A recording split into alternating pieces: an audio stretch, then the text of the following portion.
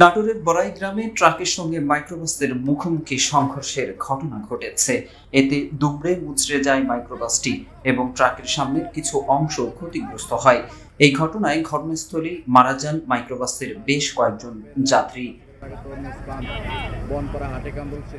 প্রত্যক্ষদর্শীরা জানিয়েছেন, সকাল 10:30টার দিকে বড়াইগ্রাম উপজেলার শ্রীরামপুর তরমুজ পাম্প এলাকায় বনপাড়া হাটি কুমরুল মহাসড়কে কুষ্টিয়া থেকে ঢাকাগামী মাইক্রোবাসের সাথে বিপরীতমুখী ট্রাকের মুখোমুখি সংঘর্ষ হয়। প্রত্যক্ষদর্শীরা আরও জানিয়েছেন, মাইক্রোবাসটি অন্য একটি গাড়িকে ওভারটেক করতে গেলে বিপরীত দিক থেকে আসা ট্রাকের সঙ্গে সংঘর্ষ হয়।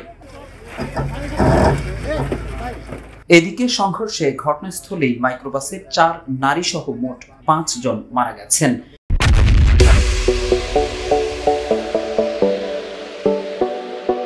আহতদের উদ্ধার করে নিকটস্থ হাসপাতালে নিয়ে যাওয়া হয়েছে। শেষ খবর পাওয়া পর্যন্ত চিকিৎসাধীন অবস্থায় আরও 3 জন মারা গেছেন। এ নিয়ে মোট 8 জন মারা গেছেন বলে জানা গেছে। নিহতদের মরদেহ উদ্ধার করে ময়না তদন্তের জন্য নাটোর সদর হাসপাতালে পাঠানো হয়েছে। তবে তাৎক্ষণিকভাবে মাইক্রোবাসের চালকের নাম জানা গেছে। তার নাম রুবেল হোসেন, বাড়ি মেহেরপুরের গাংনী উপজেলায়। অন্যদের পরিচয় জানা যায়নি। পুলিশ জানিয়েছে, হতাহত ব্যক্তিরা দুর্ঘটনা কবলিত মাইক্রোবাসের আরোহী। দুর্ঘটনা কবলিত ট্রাকটি আটক করা হয়েছে, তবে চালক পালিয়ে গেছেন। আজ সকাল 10:20 সময় বড়াইগ্রাম সংলগ্ন মহাসড়কের উপর একটা সড়ক দুর্ঘটনা ঘটে। মাইক্রোবাস এবং ট্রাক মুখোমুখি সংঘর্ষ।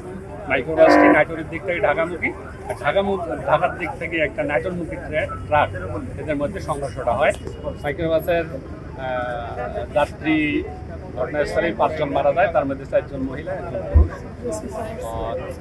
2 জন যাত্রী অর্থাৎ ড্রাইভার আর 1 জন মহিলাকে উদ্ধার করে পাঠানো হয়েছে বড়াইগ্রাম উপজেলা স্বাস্থ্য কমপ্লেক্সে। এখান থেকে তাকে রাজশাহী মেডিকেলে পাঠানো হয়েছে মর্মে আমরা জানতে পারছি।